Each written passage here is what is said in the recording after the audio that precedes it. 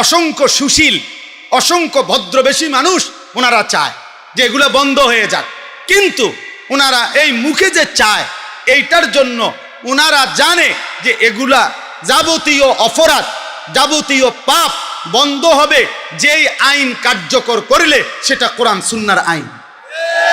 তো এই কথাটা প্রতিবারই বক্তৃতা দিলে, সেমিনারে, সিম্পোজিয়ামে, টকশোতে, বিভিন্ন আলাপচারিতায় ভিন্ন ভিন্ন নিজস্ব মন গড়া পদ্ধতি বলে অপরাধ দমনের জন্য, কিন্তু এটা একবারও বলে না যে অপরাধ দমনে আল্লাহ যা বলেছে, রসুল যা বলেছে তা একবার প্রয়োগ করা হোক। আগামী এক সপ্তাহ সোনার মদিনা আর রাসূলুল্লাহ সাল্লাল্লাহু আলাইহি ওয়াসাল্লামের জামানার সেই মদিনার ইসলাম, মদিনার রং উম্মতের ঘরে ঘরে দেখা যাবে।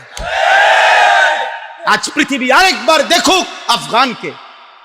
গোটা পৃথিবী মিয়া 800 কোটি মানুষ আফগানিস্তানের দিকে পুরাপুরি তাকায় আছে, করেটা কি? আর গোটা পৃথিবীকে আফগানের ইমানদার মুসলমান বুড়া আঙ্গুল দেখায় বলছে তোদের গোটা পৃথিবীর নিয়ম, তন্ত্র, মন্ত্র, আইন, তোদের মানব রচিত সব কিছুকে থুতু মারলাম, আল্লাহর জমিনে আল্লাহর আইন বাস্তবায়ন করলাম। আলহামদুলিল্লাহ, আলহামদুলিল্লাহ। আগামীর পৃথিবীতে ইনশাআল্লাহ দোস্ত, আমি থাকি আর তুমি থাকো, আমি না থাকি আর তোমরা না থাকো, আগামীর পৃথিবীতে মাহাদি আসবে, দাজ্জাল প্রকাশ পাবে এবং দাজ্জাল হারবে, মাহাদি জিতবে, ইমানদারের বিজয় হবে। খোদার কসম, পৃথিবীময় রব্বে কাবার কসম, ইমানের পতাকা, ইসলামের পতাকা উড়বেই উড়বে ইনশাআল্লাহ। শুধু বাংলাদেশ না, সারা পৃথিবীতে উড়বে। এটা মুহাম্মদে আরবির জবানের কথা সাল্লাল্লাহু আলাইহি সাল্লাম, আর তার কোনো কথা ভুল হয় না। নবী বলছে যদি শুনো কিয়ামতের আর একদিন বাকি, একদিন, তবুও মনে রাখবা দাজ্জাল আসবে, তবুও মনে রাখবা মাহাদি আসবে। অতএব মাহাদিও আসবে, দাজ্জালও আসবে, আর মাহাদির বিজয় হবে, দাজ্জালের পতন হবে, মুমিনের বিজয় হবে। হযরত জিবরাইল আলাইহিস সালাম প্রিয় নবী সাল্লাল্লাহু আলাইহি ওয়াসাল্লামের কাছে মানুষের সুরতে ওহী নিয়ে যতবার আসতেন ততবার নবীজির সামনে এসে বসতেন, এবং প্রত্যেকবার বসতেন কিভাবে? এতটা মনোযোগ দিয়ে বসতেন, মুখোমুখি হয়ে। হাদিসে স্পষ্ট আছে ফাআসনাদা রুকবাতাইহি ইলা রুকবাতাইহি, অর্থাৎ জিবরাইলের দুই হাঁটু রাসূলুল্লাহ সাল্লাল্লাহু আলাইহি ওয়াসাল্লামের দুই হাঁটু মুখোমুখি একদম বরাবর করে বসত। তো যদি আমার দুই হাঁটু বরাবর আরেকজন হাঁটু দুইটা মুখোমুখি করে বসে, তাহলে বুক এটাও বরাবর, চেহারা এটাও বরাবর, এতটা বরাবর করে বসতেন। এরপরে নবীজির সাথে কথা বলতেন। এই জন্য আমাদের এই আখলাক দরকার। এটা সুন্নাত, এটা আমল, এটা আদব। আল্লাহর কথা শুনবার ক্ষেত্রে দোস্ত, শুধু কেবল বক্তা দেখলাম, কিছুক্ষণ শুনলাম, চলে গেলাম, এটা যেন না হয়, এটা যেন না হয়। কারো সুর ভালো, কারো টান ভালো, কারো হুঙ্কার ভালো, কারো ঝংকার ভালো, কেউ চিৎকার দিলে ভালো, কেউ কান্দা কান্দা কইলে ভালো, কেউ হাসাইলে ভালো। দোস্ত আমার, এটা কোনো মাহফিলের বিবেচ্য বিষয় না। এটা কোনোভাবেই ইনসাফের কথা না যে আমি শুধু এরকম কোনো একটা কিছুর জন্য অপেক্ষা করলাম, সুর দিলে আসি নাইলে নাই, টান দিলে আসি, চিৎকার দিলে আসি নয়তো নাই। না বাপ, আল্লাহর কথা এর জন্য না। কোরআনুল কারীমের মধ্যে আল্লাহ তাআলা বারবার এটা বলছেন, লাআল্লাকুম তাযাক্কারুন। কেন আমার কথা নাজিল করছি? আল্লাহ তাআলা বলেন যেন তোমরা উপদেশ গ্রহণ করতে পারো। লাআল্লাহুম তাযাক্কারুন, ইয়াইযুকুম লাআল্লাকুম তাযাক্কারুন। আল্লাহ বলেন আমি ওয়াজ করছি যেন তোমরা উপদেশ গ্রহণ করতে পারো। লাআল্লাহুম ইয়াত্তাকুন, আমার বান্দারা যেন আল্লাহকে ভয় করতে পারে। লাআল্লাকুম তাত্তাকুন, যেন তোমরা মুত্তাকি হতে পারো। এইভাবে কোরআনে বলছে লাআল্লাহুম ইয়াতাফাক্কারুন, যেন আমার বান্দারা ভাবতে পারে। বহু আয়াত আছে কোরআনের কথা যে আল্লাহ চায় বান্দা তুমি আমার কথা থেকে ভাবো, আমার বন্ধুর আখলাক থেকে ভাবো, ফিকির করো, চিন্তা করো, ভাবনা করো। ফাতাবিরু, ইয়া উলিল আবসার, আল্লাহ নিজে বলছে হে চোখওয়ালারা তোমরা ভাবো। ফাতাবিরু ইয়া উলিল আলবাব, হে বিবেক বুদ্ধিওয়ালারা তোমরা ভাবো। ইন্নামা ইয়াতাযাক্কারু উলুল আলবাব, আল্লাহ বলেন আমার কোরআন থেকে বিবেকবানরা উপদেশ গ্রহণ করে। আল্লাহ বলছেন লাকাদ কানা ফি কাসাসিহিম ইবরাতুল লিউলিল আলবাব, আমি আল্লাহ পিছনের যতগুলো ঘটনা কোরআনে বলছি, নূহ নবীর ঘটনা, মূসা নবীর ঘটনা, নমরুদের ঘটনা, ফেরাউনের ঘটনা, আল্লাহ বলেন এগুলো কিচ্ছা বলছি আর অবসর সময় পার করছি এজন্য না, বরং ইবরাতুল লিউলিল আলবাব, প্রত্যেকটা বিবেকবান বুদ্ধিমানের জন্য যেন উপদেশ হয়, নসিহত হয়। কোরআনুল কারীমের মধ্যে আছে আল্লাহ বলছেন মূসা নবীকে, ভাইয়া তোমরা বসতে হবে, এই ছেলেরা, এই মোবাইলওয়ালা ছেলে বসো তুমি। দোস্ত আমি অনুরোধ করি, একটা ছেলেও, আমার হাত জোড় অনুরোধ তোমাদের কাছে, মোবাইল হাতে ধরে ভিডিও বা রেকর্ড করবে না কেউ, আল্লাহর ওয়াস্তে। এই মাহফিল আমি যখন কর্মজীবনের শুরু আমার, আমি তখন থেকে চিনি এই মাহফিল। এই মাহফিলে আমি নিজে শ্রোতা হয়ে ওয়াজ শুনছি, এইখানে বসে ওয়াজ শুনছি আমি। এটা ফল ব্যবসায়ীদের মাহফিল, ঐতিহ্যবাহী মাহফিল, আলহামদুলিল্লাহ। অল্প কয়েকজন ব্যবসায়ী মনে করেন আফেল উফুল বেচে, কিন্তু আল্লাহর দ্বীনের একটা ফিকির ধারাবাহিক করাতে আজকে তারা পুরো অঞ্চলের জন্য ব্র্যান্ড, তারা একটা প্রতীক। হাজারো মানুষ অপেক্ষায় থাকে যে ফল ব্যবসায়ীদের মাহফিলটা কোন দিন হবে। তাইলে কিছু অল্প মানুষ হোক, সামান্য হিম্মত হোক, কিন্তু আল্লাহর পথে লেগে গেলে, শুরু করলে একদিন আল্লাহ এটাকে অনেক দূর আগায় দেয়। এটা একটা গুরুত্বপূর্ণ বিষয়, গুরুত্বপূর্ণ বিষয়। এই জন্য দোস্ত আমি অনুরোধ করছি, আমরা প্রত্যেকে একজনও 2 দিন ব্যাপী এই মাহফিলের লাখ লাখ টাকা খরচ, কারো 10 টাকা, কারো 5 টাকা, কারো কষ্টে ভেজা টাকা, সারাদিন দামাদামি মুলামুলি করে এরপরে অর্জন করা বেচারা লাভের কয়টা টাকার থেকে সে এখানে মাহফিলে দিছে, আখেরাতের আশায় দিছে। আমরা ভিডিও করমু, মোবাইল করমু, ছবি তুলমু, বুট বেচা হবে, বাদাম বেচা হবে, চটপুটি বেচা হবে। প্রিয় ভাই, প্রিয় বাবা, এর জন্য এত বড় মাহফিল সাজানো হয় নাই। এটা ইনসাফ না বাপ, এটা ইনসাফ না। 10 লাখ টাকা যদি খরচ হয়, তাহলে এই 5-10 লাখ টাকার মাকসাদ এটা নয়, বরং আখেরাত। আখেরাত, পরকালের একটু সঞ্চয়, আখেরাতের একটু পুঁজি, আখেরাতের পুঁজি। এই জন্য দোস্ত আমি অনুরোধ করছি প্রত্যেকে, আমার কথা হইল মোবাইল চালাবার দরকার তো আপনি বাইরে যান, আল্লাহর কথা দিল দিয়ে শোনেন, দরদ নিয়ে শুনেন। বলতেছিলাম ফেরাউনের মতো কাফেরের কাছেও যখন আল্লাহ তাআলা মূসা আলাইহিস সালামকে পাঠাইছেন, কোরআনে আছে আল্লাহ বলছেন হে মূসা, ফেরাউনের মতো এই খোদা দাবিদার, এই নিকৃষ্ট কাফের, এত বড় জালেম, তার কাছে তুমি যাও, আমার কথা বলো, কালেমার দাওয়াত দাও। কেন? লাআল্লাহু ইয়াতাযাক্কারু আও ইয়াখশা, এই যে কোরআন শরীফের আয়াত, ফাকুলা লাহু কাওলান লাইয়িনা লাআল্লাহু ইয়াতাযাক্কারু আও ইয়াখশা। এই পাঞ্জাবিওয়ালা, এই পাঞ্জাবিওয়ালা, ঘটনা কি? হুজুর অটো উঠাও, সিএনজি উঠাও, বাজারে দেখো জ্যাম লাগিয়া গেছে, ওগুলো উঠাও।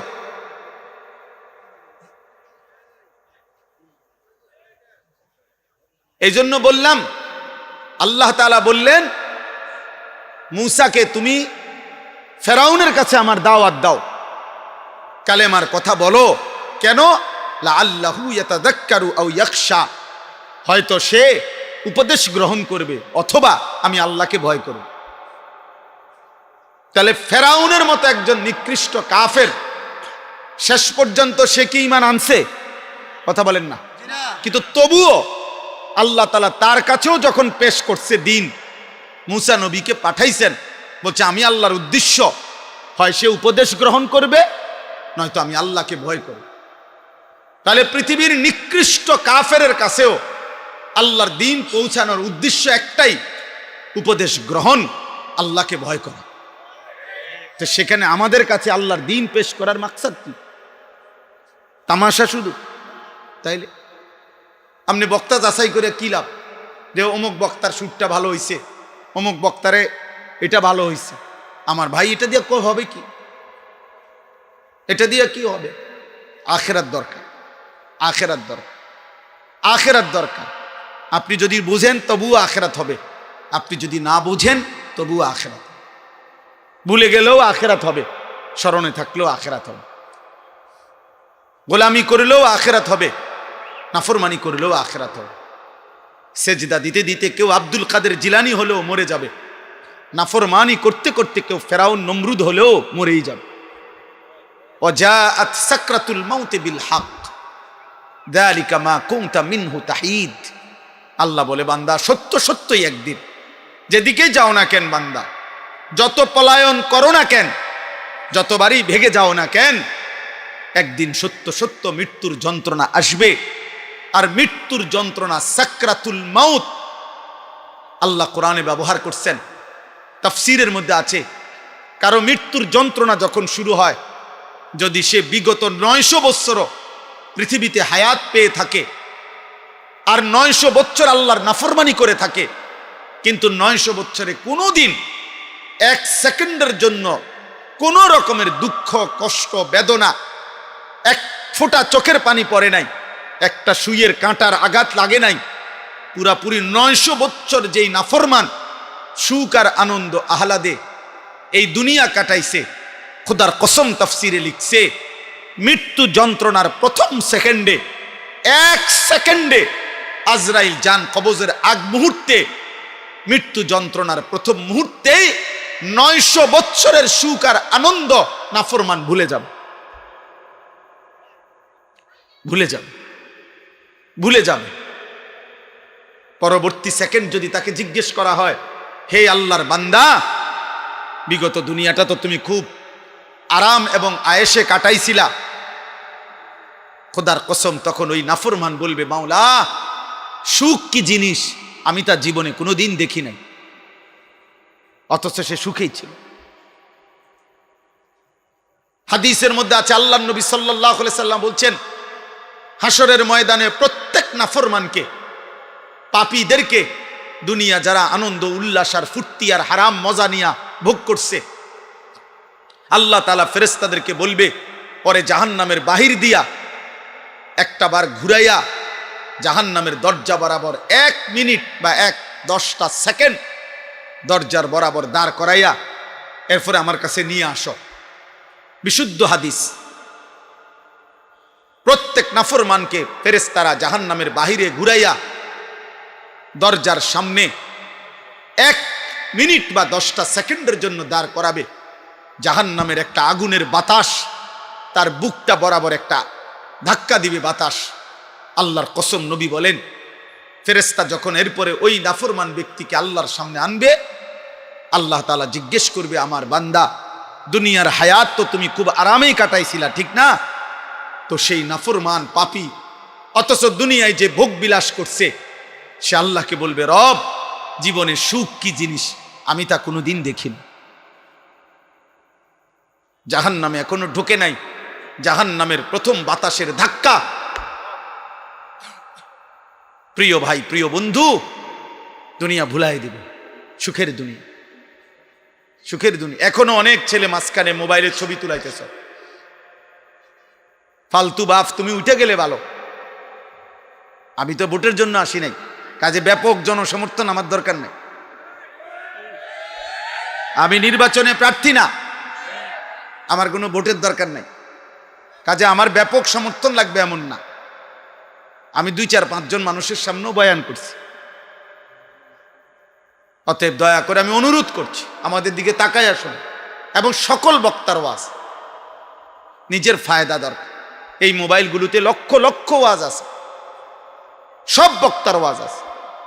দোস্ত, আমার জীবনে থাকা দরকার, আমার কলিজায় থাকা দরকার, আমার হৃদয়ে উপলব্ধি দরকার, আমার বিবেকের অনুভূতি দরকার।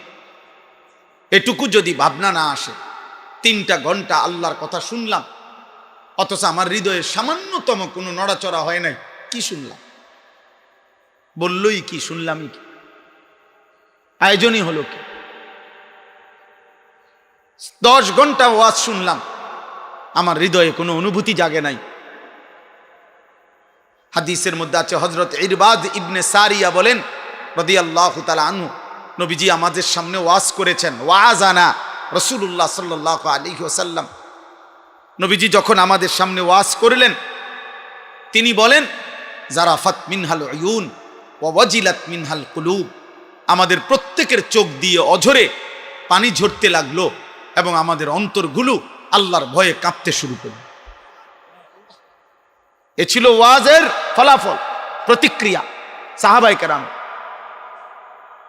এই জন্য দোস্ত, আমরা প্রত্যেকেই এই কথা মনে রাখতে হবে, আমরা মরেই যাব।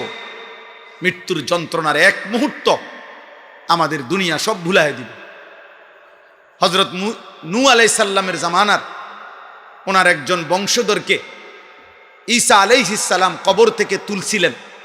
ঈসা নবীর জামানায় কিতাবের মধ্যে আছে, ঈসা নবী তখন নূহ আলাইহিস সালামের বংশধরকে জিজ্ঞেস করছিল, আপনি দুনিয়াতে কতদিন হায়াত পাইছিলেন? তিনি বলছেন 450 বছর। তখন ঈসা আলাইহিস সালাম জিজ্ঞেস করছে, হে নূহ নবীর বংশধর, আপনার চুল দাড়ি সাদা হইছে কোন বছর? 450 বছরের ভিতরে। নূহ আলাইহিস সালামের বংশধর বললেন, হে নবী ঈসা, আল্লাহর কসম, 450 বছরে আমার চুল দাড়ি কোনোদিন সাদা হয় নাই। মৃত্যু পর্যন্ত আমার চুল দাড়ি 450 বছর কালোই ছিল। কিন্তু আল্লাহর কসম নবী ঈসা, মালাকুল মউত আজরাইল যখন আমার জান কবজ করতে শুরু করে, এই জান কবজের এই কয়েক সেকেন্ডের কষ্টে আমার চুল দাড়ি 450 বছরের কালো চুল দাড়ি সাদা হয়ে গেছে। দোস্ত আমার কাছে কিতাব আছে গাড়িতে, ওয়াজাআত সাকরাতুল মাউত বিল হক। ওই কিতাবের মধ্যে আছে নবীজির বিখ্যাত একজন সাহাবী হযরত আমর ইবনুল আস রাদিয়াল্লাহু তাআলা আনহু, অনেক বড় জলিলুল কদর সাহাবী ছিলেন। ইসলামের ইতিহাসে রাসূলুল্লাহ সাল্লাল্লাহু আলাইহি সাল্লামের সাহাবাদের মধ্যে সবচেয়ে বড় যোদ্ধা যারা ছিলেন, তার মধ্যে উনি একজন।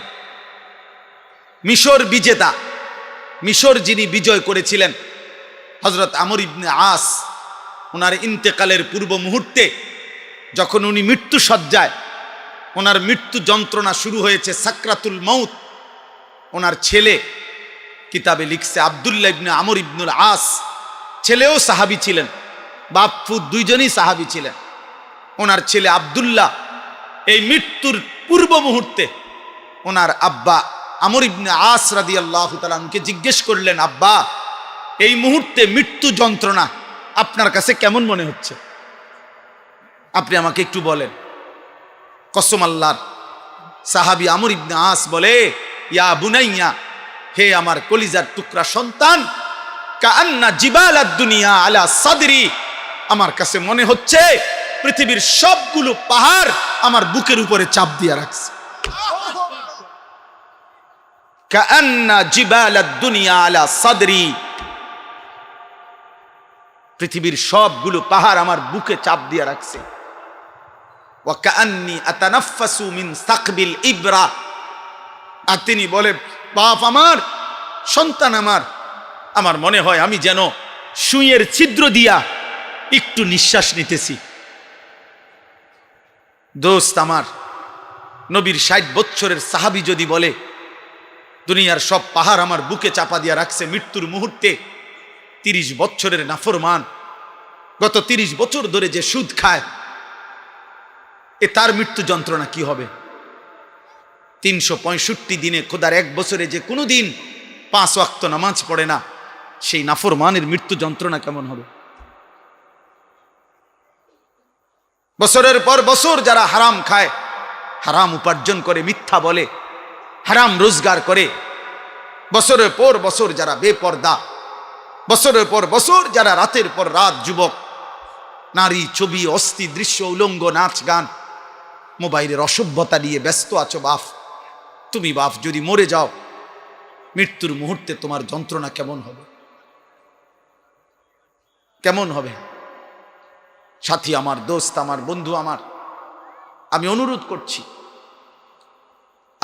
করছি আজ এই 2 দিন ব্যাপী তাফসীরুল কোরআন মাহফিলে আমি ছোট ভাই, আমি অনুরোধ করলাম, কবর ভুলে গেলে চলবে না, মৃত্যু ভুলে গেলে চলবে না।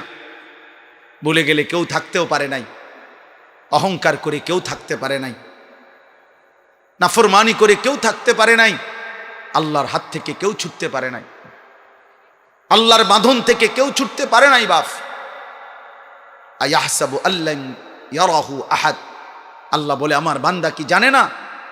সে কি ভেবেছে তাকে কেউ দেখে না? আমার থেকে ছুটবা কেমনে বান্দা, আমার থেকে ছুটবা কেমনে? কোরআনুল কারীমের 21 নম্বর পারা, কোরআনুল কারীমের 32 নম্বর সূরা, সূরায়ে সাজদা। এই যে আমরা যে সেজদা দেই নামাজে, এই সেজদা, এই সূরাটার নাম। এই সূরার 5টা আয়াত 10, 11, 12, 13, 14, 15 না 14, 10, 11, 12, 13, 14, এই মোট 5টি আয়াত আমি আপনাদের সামনে তেলাওয়াত করেছি।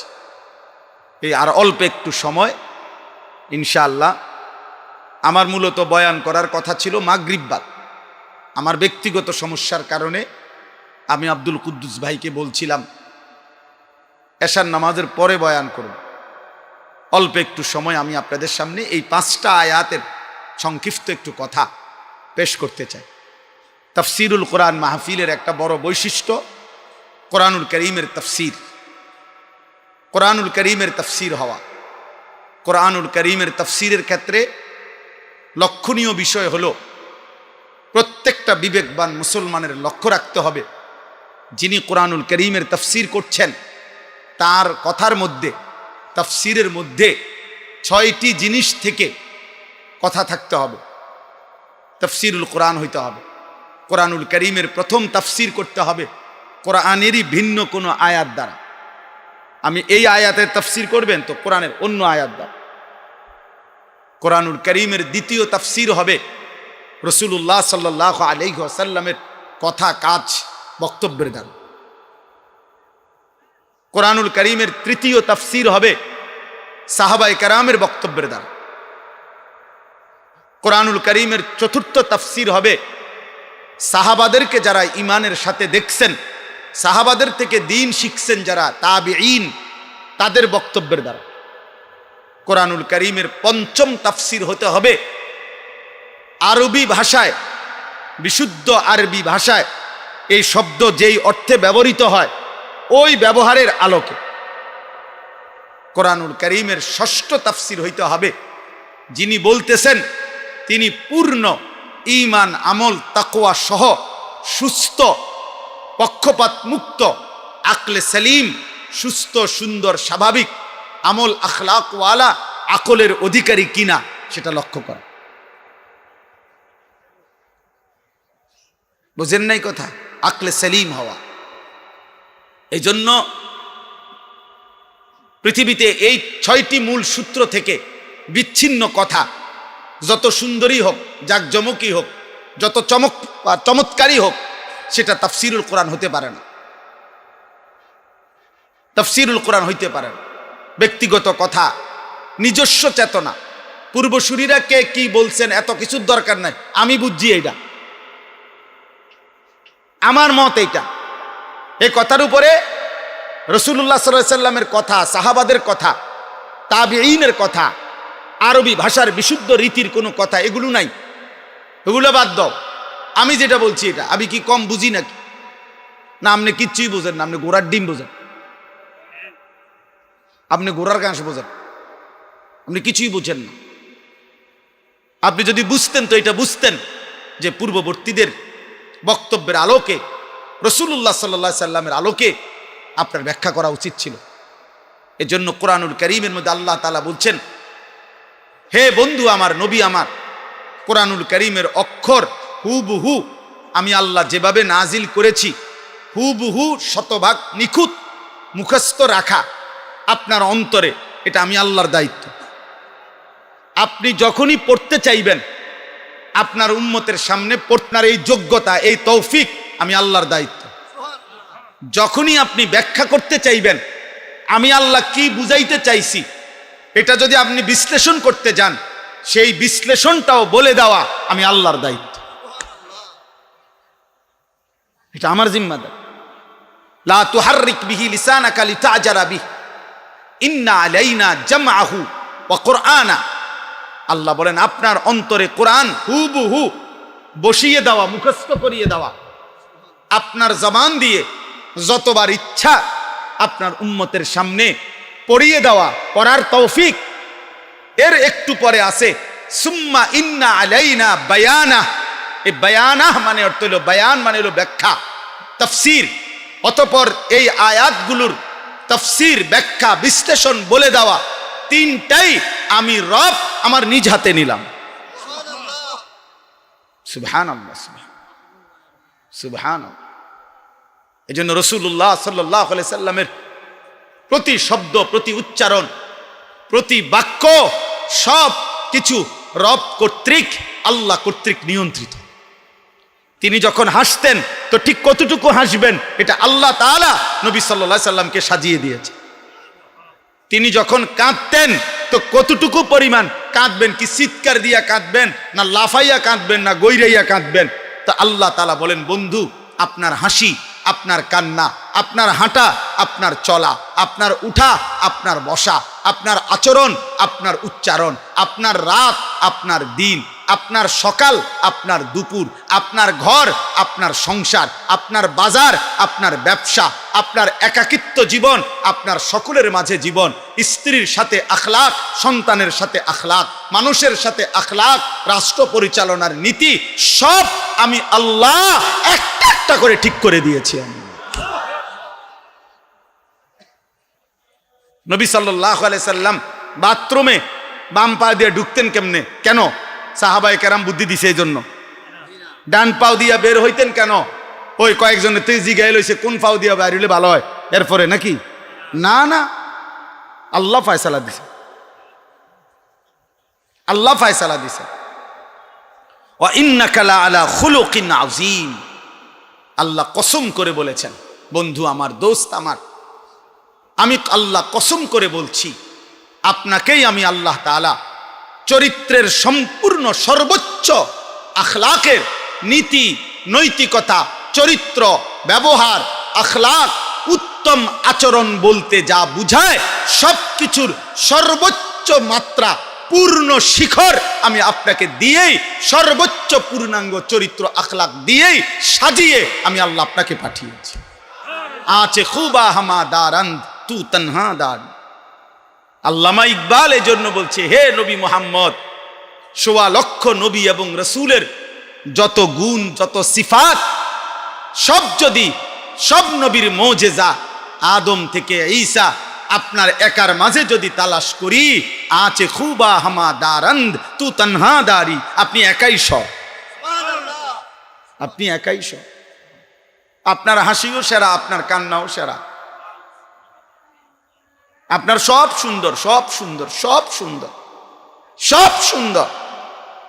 আপনার পরে কোনো কিছুতে, কোনো কিছুর জন্য একটা সুতার বুদ্ধি, এক সুতা, একটা কথা, নতুন বুদ্ধি, নতুন পরামর্শ, নতুন কোনো পদ্ধতি বলার জন্য আল্লাহ বলছে বন্ধু আর কোনো দরকার নাই। সব কিছুর পূর্ণাঙ্গ, সব কিছুর চূড়ান্ত নিয়ম, পদ্ধতি, আদব, আখলাক, শিষ্টাচার, নৈতিকতা, ভদ্রতা, আচরণ, উচ্চারণ সব পূর্ণ করে আপনাকে আমি পাঠাইছি। এই জন্য পরবর্তীতে নতুন করে বলার জন্য আর কিছুর দরকার নাই। এই কারণেও গোলাম আহমদ কাদিয়ানী বেঈমান, বেঈমান, বেঈমান, সে বেঈমান, বেঈমান। খতমে নবুয়ত এটা আমাদের আকীদা, এটা আমাদের আকীদা। কাদিয়ানীরা কাফের, কাদিয়ানী কাফের,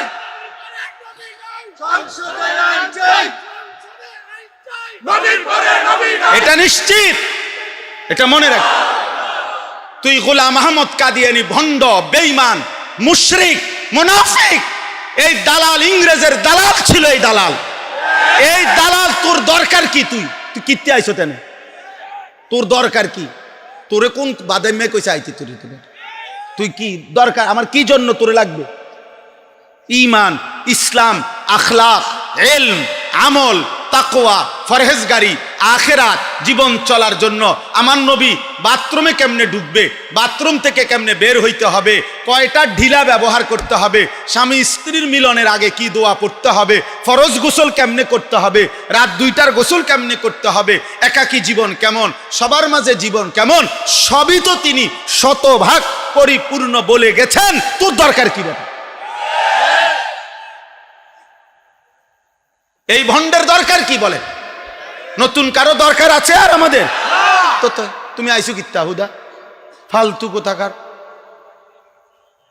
আপনারা জানেন না তো, যারা এই মেহনত সারা বাংলাদেশে করছেন আজকে দীর্ঘদিন যাবত, জনাব আব্বাসী সাহেব দামাত বারাকাতুহুমুল আলিয়া, তিনি সহ আরো শীর্ষ বুজুর্গ অসংখ্য উলামায়ে কেরাম বছরের পর বছর ধরে এই মেহনত করছেন।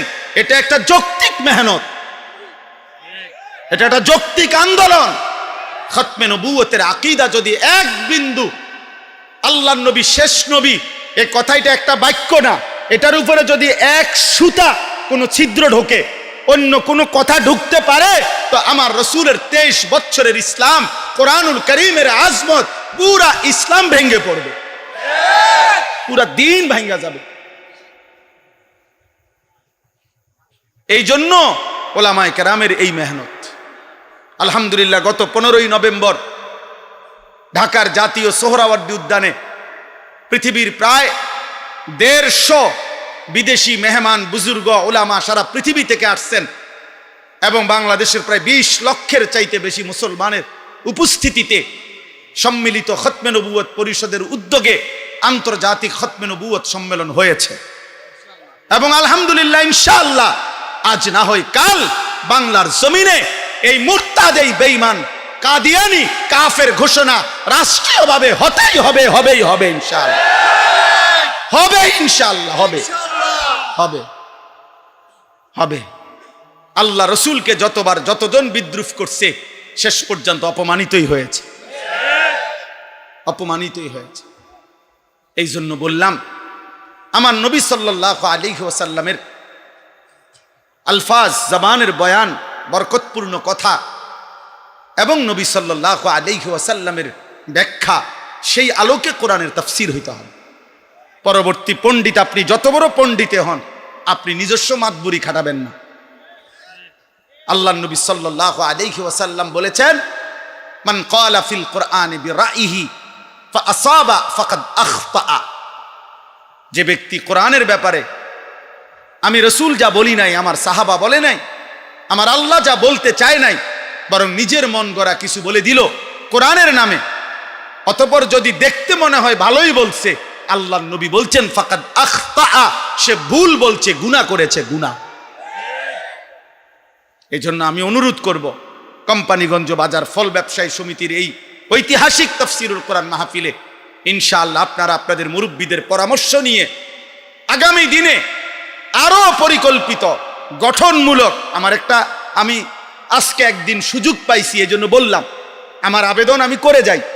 আবেদনটা হইল আল্লাহর কোরআনের, ইনশাআল্লাহ আজকে হয়তো আব্দুল কুদ্দুস ভাই তারা আপনারা একদিন থাকবেন, আপনাদের পরবর্তীরা করবে ইনশাআল্লাহ। কিন্তু মনে রাখবেন, কোরআনুল কারীমের তাফসীরের ধারাবাহিকতা, কোরআনুল কারীমের পূর্ণাঙ্গ তাফসীর শুরু থেকে শেষ পর্যন্ত করব।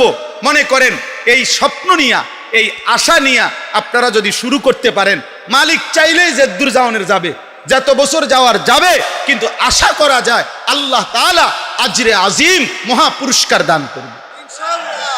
এই জন্য আমি আবেদন করলাম, আপনারা দয়া করে ফিকির করেন যে ইনশাআল্লাহ আমরা এই 2 দিন ব্যাপী তাফসীরুল কোরআন মাহফিলের যতজন বক্তা আলোচনা করবেন, তো ইনশাআল্লাহ ইচ্ছে করলে কোরআনুল কারীম থেকে নির্ধারিত আয়াত ধারাবাহিকভাবে বলা সম্ভব।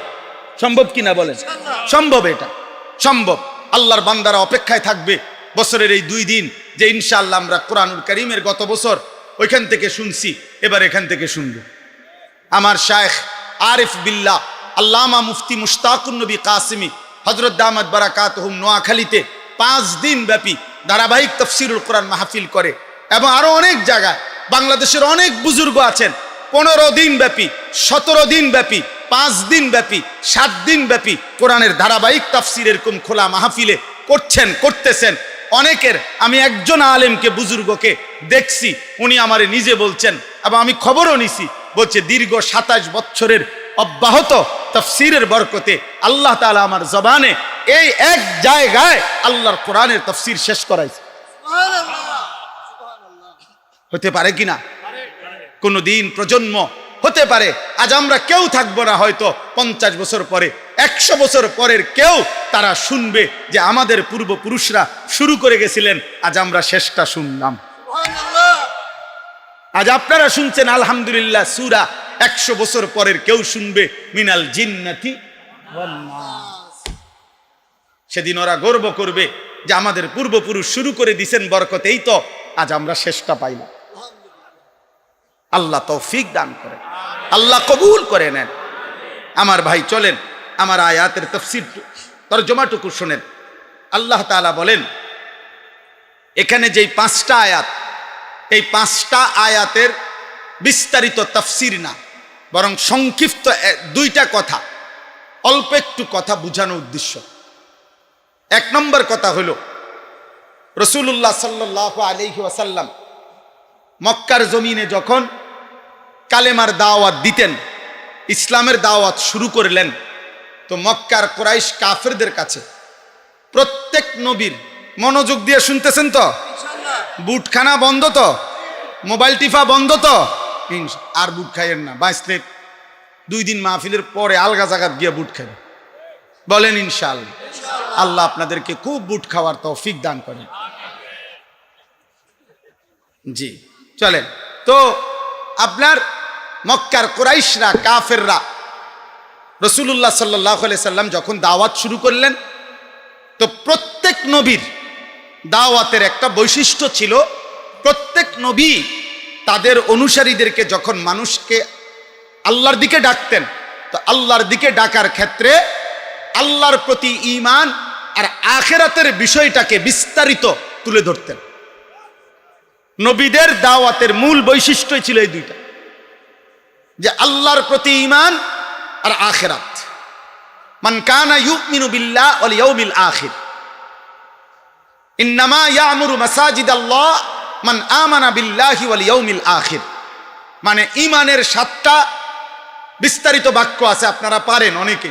আমানতু বিল্লাহ ওয়া মালাইকাতিহি ওয়া কুতুবিহি ওয়া রুসুলিহি ওয়াল ইয়াউমিল আখির ওয়াল কদরি খাইরিহি ওয়া শাররিহি মিনাল্লাহি তাআলা ওয়াল বাসি বাদাল মাউত। কয়টা হলো? 7টা। এই 7টা হলো ঈমানের মৌলিক কথা। এই 7টাকেও যদি আরো ছোট করা হয়, মানে সংক্ষেপ করা হয়, কম কথায় বলা হয় যে ঈমান সংক্ষেপে বলেন কি, তাহলে সংক্ষেপে ঈমান হলো 2 জিনিস। 1 হলো আল্লাহর প্রতি ঈমান, 2 আখিরাতের প্রতি ঈমান। এই 2 কথা হলো বেসিক, এই 2 কথা হলো মূল ফাউন্ডেশন, মূল ভিত্তি। ওই যে ওই বুট খায়, ওই চুল্লাহে হাসে, ভাল লাগছে না ভাইয়া আমার কওনে? ওর কাছে ভাল লাগছে যে আরে সবাই দেখলো। জি, মুসলমানের সন্তান একবার হলো ভাইবো, মুসলমানের সন্তান যে বেঈমানদের মতো চুল রাখো, সে বেঈমান কোনোদিনও স্বপ্নেও তোমার জন্য কোনোদিন কল্যাণ কামনা করে না। ইহুদি কোনোদিন তোমার জন্য ভাবে না, খ্রিস্টান তোমার জন্য ভাবে না, মুশরিক বেঈমান তোমার জন্য ভাবে না, পৃথিবীর কোনো ফুটবল খেলোয়াড় তোমাকে নিয়ে ভাবে না, পৃথিবীর কোনো সিনেমার নর্তকী তোমাকে নিয়ে ভাবে না, মোবাইলের কোনো নর্তকী তোমাকে নিয়ে ভাবে না। অতএব তোমাকে নিয়ে ভেবেছেন যিনি, তোমাকে নিয়ে কেঁদেছেন যিনি, তোমার আখিরাতের মুক্তি চেয়েছেন যিনি, তোমার জন্য রাত্র দিন চোখের পানি ফেলছেন যিনি, তোমার জন্য সারা রাত চোখের পানি ফেলে কেঁদেছেন যিনি, তিনি মদিনার বন্ধু রাসূলুল্লাহ সাল্লাল্লাহু আলাইহি ওয়াসাল্লাম। তাকে কেমনে ছেড়ে দিলা? তাকে কেমনে ছেড়ে দিলা? 10 বছরও একবারও কোনোদিন জিজ্ঞাসা করলা না যে আমার রাসূল সাল্লাল্লাহু আলাইহি ওয়াসাল্লাম কেমনে চুল রাখতেন? 10 বছরও মুসলমান একবার জিজ্ঞাসা করলা না যে নবীজির সাহাবারা কিভাবে চুল রাখতেন? আহা, কত বেঈমানের মতো তোমরা চুল কাটো। দোস্ত আমার, এটা নিয়ম। কোন মানুষের দিলের হালাত তার বাহ্যিক আকৃতি, চেহারা দেখে বোঝা যায়। মানুষ চেহারার দিকে তাকাইয়াই বলে, ভাই আপনার কি মন খারাপ? যদি মন খারাপ হয় তো সেটা দিলে, কিন্তু চেহারায় প্রকাশ পায়। এজন্য বলে, ভাই আপনি তো খুব ফুর্তিতে আছেন মনে হয়। মনে খুব ফুর্তি নাকি? চেহারার মধ্যেই প্রকাশ পায় অন্তরের ফুর্তি।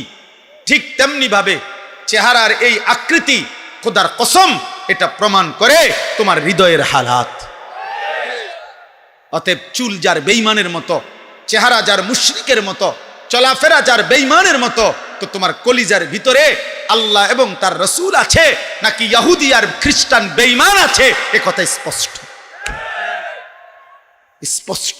এজন্য যুবক, মনে থাকলে, বিবেক থাকলে, লজ্জা থাকলে, আত্ম অনুভূতি থাকলে, নিজের পরিচয়, বাপের পরিচয়, মায়ের পরিচয়, বংশের পরিচয়, রক্তের পরিচয়, ধর্মের পরিচয়, রবের পরিচয়, বন্ধু রসুলুল্লাহর পরিচয়, কোরআনের পরিচয়, ইসলামের পরিচয় যদি তোমার মধ্যে থাকে, তো বেঈমানের অনুসরণ করো না। বেঈমান তোমারে পাইলে প্রথম আঘাতেই হত্যা করবে। হত্যা করবে। তুমি শুধু বইলো যে আমি শুধু পরিচয়ে মুসলমান, কিন্তু আমার চুল, চেহারা, লেবাস, পোশাক আপনাদের মতো 30 বছর ধরে কোনোদিন আমি মুসলমানের লেবাস পোশাকে ধারি নাই। এরপরেও আল্লাহর কসম, কাফের বেঈমান সুযোগ পাইলে প্রথম মিসাইল আর বোমার আঘাতে তোমারে উড়াইয়া ফেলবে। এজন্য মুসলমানের যুবক, বুঝতে শেখো আব্বা, বুঝতে শেখো বাপ, বুঝতে শেখো।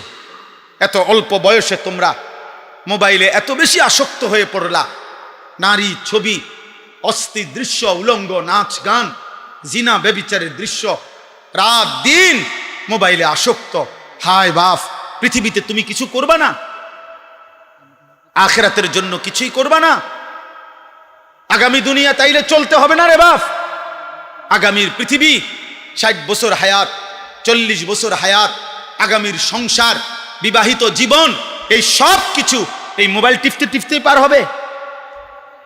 এই নারী দেখে দেখেই শেষ হবে। সারা পৃথিবীর মজলুম মুসলমান যারা আহাজারি করছে, আল্লাহর পাকের ইজ্জত নিয়ে যারা কটূক্তি করে, রাসূলুল্লাহ সাল্লাল্লাহু আলাইহি সাল্লামের সম্মান নিয়ে যারা কটূক্তি করে, তাদের মোকাবেলায় তুমি মুমিন কিছু বলবা না? তুমি ইমানদার যুবক গর্জন করবা না? তো তুমি তো নারী দেখো, ছবি দেখো, উলঙ্গ নাচি দেখো। 365 দিনে কেউ তোমারে কোনোদিন ফজরের মসজিদে দেখে নাই। তুমি আল্লাহর জন্য জীবন দিবা কেমনে? তুমি নবীর ভালোবাসায় জান দিবা কেমনে বাপ? ভোরের পাখি তো কোনোদিন তোমাকে দেখে নাই, সকালের আলো তো কোনোদিন দেখে নাই। আল্লাহ আমাদেরকে বিবেক দান করে।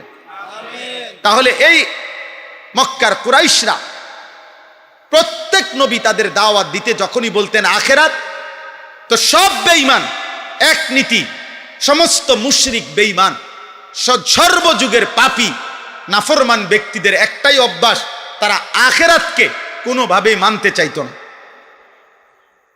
এজন্য আমাদের নবীর জামানাতেও মক্কার কাফেররা যখনই নবীজি আখিরাতের কথা বলতেন, তখনই তারা ভিন্ন ভিন্ন পাল্টা যুক্তি দেখাইতো। বলতো মুহাম্মদ হবে না, কবর থেকে কাউকে আবার হাসরের মাঠে নেওয়া, উঠানো, হাসরের মাঠ কায়েম করার জন্য আমাদেরকে আবার উঠাবে, এইটার কোনো সিস্টেমে হইতে পারে না, এটা যুক্তিয়ে ধরে না। নাউজুবিল্লাহ। কেন? তারা বলতো ওয়াকালু আইদা বালালনা ফিল আরদ আইন্না লাফি খালকিন জাদীদ। আরো আয়াত আছে বাকি, এটা হলো আমি যেটা পড়ছি। আল্লাহ বলেন, এই বেঈমানরা বলতেছে বন্ধু আপনার সামনে কি, যে হে মুহাম্মদ, আমরা যখন মৃত্যুবরণ করে কবরের সাথে মিশে যাব, মাটির সাথে হারিয়ে যাব, আইন্না লাফি খালকিন জাদীদ, আমাদেরকে কি পুনরায় আবার নতুন করে সৃষ্টি করে কবর থেকে পুনরায় হাসরের ময়দানে উঠাবে? এটা কিভাবে সম্ভব? পাবে কই? মনে করেন এখানে 500 বছর আগে কবর ছিল, কথার কথা। এখন 500 বছর পরে হতে পারে এখন এখানে কবর তো দূরে থাক, মাটিও নাই, সাগর, এটা খাল হয়ে গেছে মনে করেন। তাহলে এখন এই লাশ কই, আড্ডি কই, গোশত কই, চর্বি কই, চামড়া কই, মাটিই তো নাই। এমন হইতে পারে না? এমন হইছে না? তো তাইলে কোত্থেকে আনবো, কোত্থেকে আনবে? এইভাবে তারা আপনার প্রতিনিয়ত নবী সাল্লাল্লাহু আলাইহি সাল্লামের সামনে যুক্তি দেখাইতো, বলতো না মুহাম্মদ যত কথাই বলো আখিরাত হবে না, কবর থেকে পাবে কেমনে? আইদা মিতনা ওয়া কুন্না তুরাবান ওয়া ইজামান, আমরা মরে যাব, মাটি হয়ে যাব, হাড্ডি মাড্ডি মিশে যাবে, আবার কেমনে ফিরাবে? হাযা শাইউন আজীব, কোরআনে আছে। কাফেররা বলতো মুহাম্মদ এটা আশ্চর্য কথা, এটা হবে কিভাবে, কিভাবে সম্ভব? এটা কোনোভাবেই সম্ভব না। নাউযুবিল্লাহ। এখানে আল্লাহ তাআলা জবাব দিছেন, প্রথম জবাব, বাল হুম বিলিকাই রাব্বিহিম কাফিরুন। এই একটা সূক্ষ্ম কথা বুঝেন, মূলত সমস্ত কাফের, সমস্ত মুশরিক, সমস্ত বেঈমান আল্লাহকে চেনে। কাকে চিনে? আল্লাহকে চিনে। সব ধর্মাবলম্বীরাই আল্লাহকে ভিন্ন কিছুই জানে। যত হিন্দু তারা তাদের দেবতাকে সৃষ্টিকর্তা বলে না, সৃষ্টিকর্তা ভিন্নকে বলে। ঈশ্বর বলুক, ভগবান বলুক, গড বলুক, যাই বলুক, আলাদা সত্তা, তাকেই তারা আল্লাহ বলে, বুঝে। আর প্রত্যেক ধর্মাবলম্বী এটা বুঝে আল্লাহ সর্বশক্তিমান। আল্লাহ কি? এটা হিন্দুরাও বলবে ঈশ্বর সর্বশক্তিমান, ভগবান সর্বশক্তিমান। তাহলে যিনি সর্বশক্তিমান তিনি তো এই জন্যই সর্বশক্তিমান যে তিনি সব করতে পারেন, নাই তো সর্বশক্তিমান হইল কেন? তো বেটা, তাইলে তোমাদের চোখের সামনে আল্লাহ প্রতিদিন মায়ের পেটে সন্তান জন্ম দিচ্ছেন, প্রতিদিন তোমাদের চোখের সামনে মানুষকে আল্লাহ মৃত্যু দিচ্ছেন। তো যিনি আল্লাহ তিনি তো বলছেন আমি জন্ম দেই, আমি মৃত্যু দেই, আমি আবার আখিরাতে নেব, হাসরের মাঠে আনবো। তো যার প্রথম 3 কথা ঠিক, 2 কথা যেই আল্লাহর ঠিক হইল, তো পরেরটা ঠিক হবে না কেন? বুঝেন নাই হিসাবটা? আপনি যদি এটা কইতেন যে এ কথা তো আরো কত কথাই কইছেন, কই খবর তো নাই। আপনি তো কইছেন মানুষের মৃত্যুও হয়, হয় না তো? নূহ আলাইহিস সালাম তো আমরা বাড়ির লগে, নূহ আলাইহিস সালামের সাথে দেখা হয়েছে কারো? কথা বলে না কেন? হ্যাঁ, তাইলে আপনার দাদার লগে দেখা হয়েছে আপনার? তো উনি কই গেল? উনি না পৃথিবীতে ছিল, উনি নাই কেন? তাহলে বোঝা গেল জন্ম যেমন হচ্ছে, মৃত্যু যেমন হচ্ছে, অতএব এই 2টা যেহেতু হচ্ছে, এটাই প্রমাণ করে আখিরাতও হবে। তো আল্লাহ বলেন মূলত প্রত্যেক বেঈমান, এ কথাটা জরুরি, সর্বযুগের সমস্ত নাফরমান, পাপী, বেঈমান, মুশরিক, আল্লাহর অবাধ্য, ওর অন্তরে কলজা যদি খোলা হয়, ভিতরটা যদি চেক করা হয়, তাহলে রিপোর্ট আসবে এটাই, ও বুঝে আখিরাত হবে, এটা সম্ভব, আল্লাহ নিবে।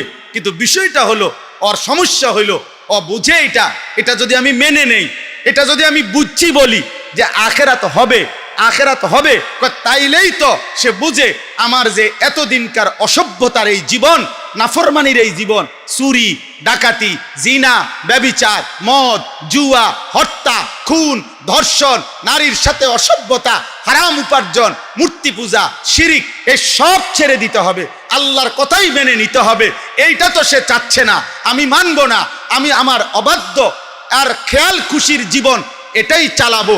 এই জন্য আল্লাহ বলেন বন্ধু, মূল বিষয় হলো ওরা বুঝে আখিরাত হবে, বাল হুম বিলিকাই রাব্বিহিম কাফিরুন, বরং তারা ইচ্ছা করে আমি আল্লাহর মুখোমুখি হতে চাচ্ছে না।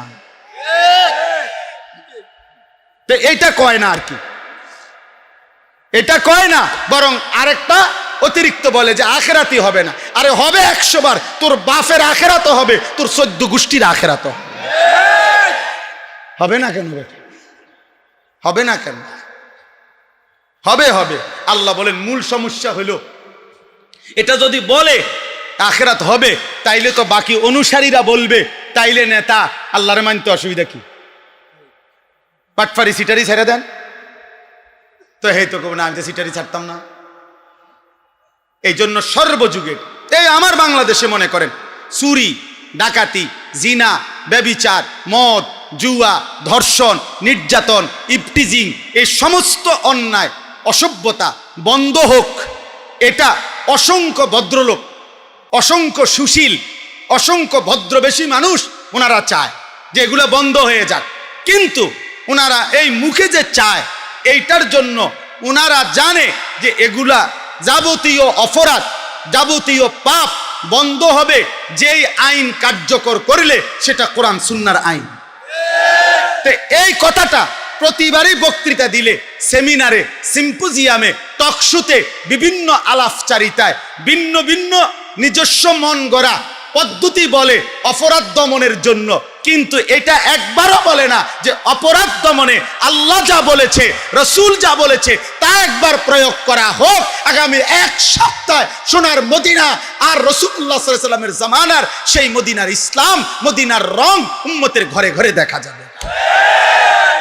আজ পৃথিবী আরেকবার দেখুক আফগানকে। গোটা পৃথিবী মিয়া 800 কোটি মানুষ আফগানিস্তানের দিকে পুরাপুরি তাকায় আছে, করেটা কি? আর গোটা পৃথিবীকে আফগানের ইমানদার মুসলমান বুড়া আঙ্গুল দেখায় বলছে তোদের গোটা পৃথিবীর নিয়ম, তন্ত্র, মন্ত্র, আইন, তোদের মানব রচিত সব কিছুকে থুতু মারলাম, আল্লাহর জমিনে আল্লাহর আইন বাস্তবায়ন করলাম। আলহামদুলিল্লাহ, আলহামদুলিল্লাহ। আগামীর পৃথিবীতে ইনশাআল্লাহ দোস্ত, আমি থাকি আর তুমি থাকো, আমি না থাকি আর তোমরা না থাকো, আগামীর পৃথিবীতে মাহাদি আসবে, দাজ্জাল প্রকাশ পাবে এবং দাজ্জাল হারবে, মাহাদি জিতবে, ইমানদারের বিজয় হবে। খোদার কসম, পৃথিবীময় রব্বে কাবার কসম, ইমানের পতাকা, ইসলামের পতাকা উড়বেই উড়বে ইনশাআল্লাহ। শুধু বাংলাদেশ না, সারা পৃথিবীতে উড়বে। এটা মুহাম্মদে আরবির জবানের কথা সাল্লাল্লাহু আলাইহি সাল্লাম, আর তার কোনো কথা ভুল হয় না। নবী বলছে যদি শুনো কিয়ামতের আর একদিন বাকি, একদিন, তবুও মনে রাখবা দাজ্জাল আসবে, তবুও মনে রাখবা মাহাদি আসবে। অতএব মাহাদিও আসবে, দাজ্জালও আসবে, আর মাহাদির বিজয় হবে, দাজ্জালের পতন হবে, মুমিনের বিজয় হবে। দেখার বিষয় হলো যুবক, তোমারে আল্লাহ নিবে কিনা। অসংখ্য যুবক এমনও হইতে পারো তুমি সেদিনও, যেদিন আল্লাহর দিন বিজয় হচ্ছে, সেদিনও তুমি বিড়িয়ে খাইতে আসো, সেদিনে তুমি নাড়িয়ে দেখতে আসো, সেদিনে তুমি সকাল 9টা পর্যন্ত শুইয়াই রইছ, ফজরের পরে ইমানদার বিজয় করে ফেলছে ইনশাআল্লাহ। হ্যাঁ হ্যাঁ, খোদার কসম, ফজরের মুসল্লি যারা মাহাদির সৈনিক তারা, ফজরের মুসল্লি যারা দাজ্জালের বিরুদ্ধে লড়বে তারা, ফজরের মুসল্লি যারা পৃথিবীময় ইমানের পতাকা উড়াবে তারা। তুমি 9টা বাজে উঠতে দেখবা ইমানের কাফেলা কোম্পানিগঞ্জ ফার হইয়া, এখন আশা করা যায় ফেনী ফার হইয়া গেছে। আপনি আর দৌড় দিয়েও পারতেন না। আল্লাহ আমাদের প্রত্যেককে ঈমান দান করেন, তাকওয়া দান করেন। আল্লাহ এবার জবাব দিচ্ছেন। এই 2 মিনিট এবার তর্জমা বলেই আমি আমার কথা শেষ করছি। আল্লাহ বলেন, কুল ইয়াতাওয়াফাকুম মালাকুল মাউতিল্লাযী ওয়াক্কিলা বিকুম সুম্মা ইলা রাব্বিকুম তুরজাউন। দোস্ত, এই তর্জমাটুকু শুনেন শুধু।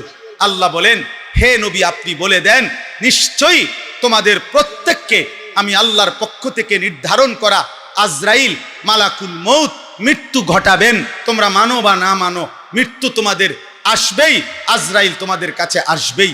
সুম্মা ইলা রাব্বিকুম তুরজাউন, অতঃপর তোমাদের সকলকে আমি আল্লাহর সামনে হাসরের ময়দানে একত্র করা হবে, ফেরত আনা হবে। আল্লাহ বলেন, এ 2 কথা মানো বা না মানো, তোমরা লুকোচুরি করো আর কৌশল করো আর 900 বলো আর যাই করো, মৃত্যুও হবে, হাসরও হবে। কি কি হবে বলেন? হ্যাঁ বলেন, বলেন কি হবে? আর কি হবে? আবার বলেন কি কি হবে? মৃত্যুও হবে, আখিরাতও হবে। হবে তো বাবা? হবে তো যুবক? হবে, হবে, হবে। ওয়েট, ওয়েট, অপেক্ষা করো, হবে।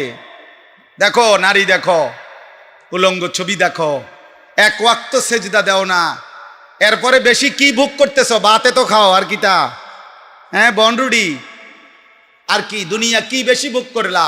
পেশাব পায়খানা, ভাত তরকারি, ঘুম আর লজ্জাস্থানের চাহিদা পূরণ। এই নাফরমান, এতটুকু চাহিদা, জীবন যদি হয় ভাত, জীবন যদি হয় খাবার আর পেশাব পায়খানা আর ঘুম আর লজ্জাস্থানের চাহিদা পূরণ, খোদার কসম এটুকু চাহিদা কুত্তারও পূরণ হয়, কুত্তার কুত্তার কুত্তার কুত্তাও খায়, কুত্তাও ঘুমায়, কুত্তাও পেশাব পায়খানা করে, কুত্তারও লজ্জাস্থানের চাহিদা পূরণ হয়, নয়তো কুকুরের বাচ্চা হয় কেমন? অতএব জীবন মানে এতটুকু না রে আব্বা। জীবন মানে গোলামি, জীবন মানে সেজদা, জীবন মানে মালিক চিনা, জীবন মানে মদিনার বন্ধু চিনা, জীবন মানে কোরআন বুকে ধরা, জীবন মানে আল্লাহকে সঙ্গী বানানো। ওয়ালাউ তারা ইদিল মুজরিমুনা নাকিসু রুউসিহিম ইনদা রাব্বিহিম। আল্লাহ এবার হাসরের ময়দানের চিত্র তুলে ধরছে।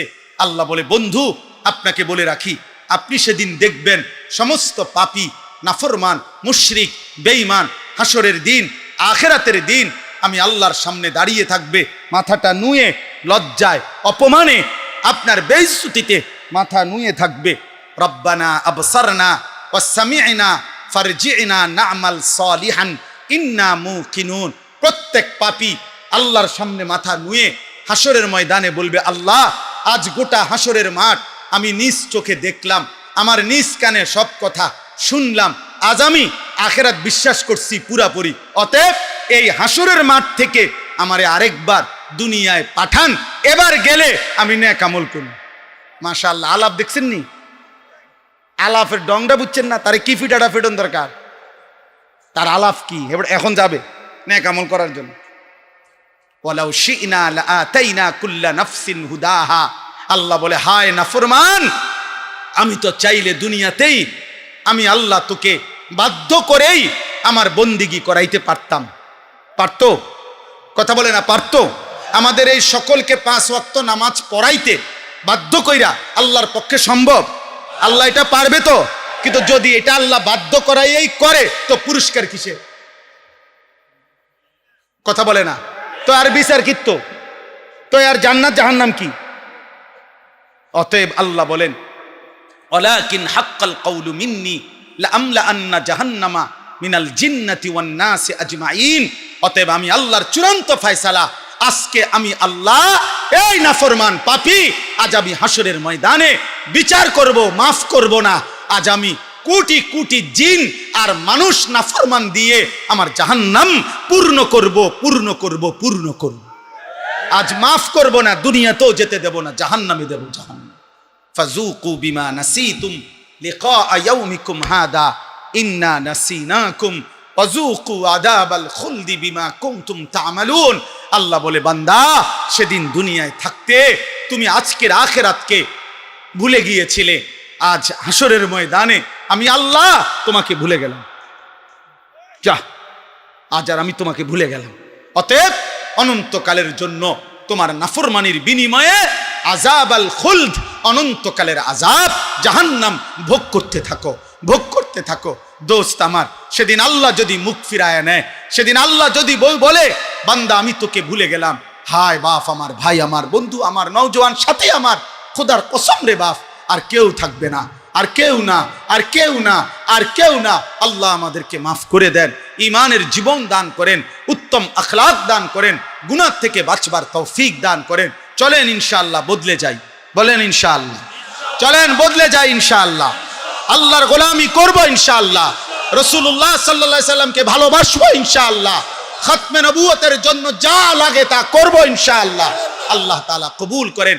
কোম্পানিগঞ্জ বাজার ফল ব্যবসায়ী সমিতির এই মাহফিলকে ইসরাফিলের ফু পর্যন্ত আল্লাহ কবুল করে নেন, আমিন। আমার প্রিয় ভাই হযরত মাওলানা গোলাম জিলানী দামাত বারাকাতুম, তিনি এসেছেন। সবাই মহব্বতের সাথে বসে হযরতের বয়ান শুনতে থাকেন। আল্লাহ তৌফিক দান করেন, আমিন।